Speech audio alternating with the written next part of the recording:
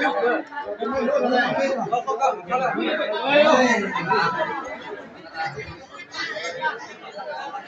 ก้มพอบ่แก้มพอบ่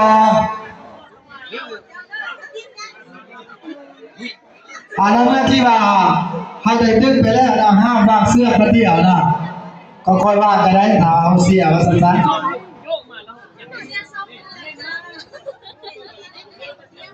นี่จะได้เป็น2ยกนะยกนี้แหละเปลี่ยนเปลี่ยนนะเกมนะบ่ดึงเลยเกมนะบ่1 2 3ไปทางคณะบ้านทั้งนั้นมาสอบมาหน้าเจ้าป่านาเลยเอาสู้คณะบ้านเราสู้โอ้ยได้กับผมไปแล้วได้กับผมย้อนไป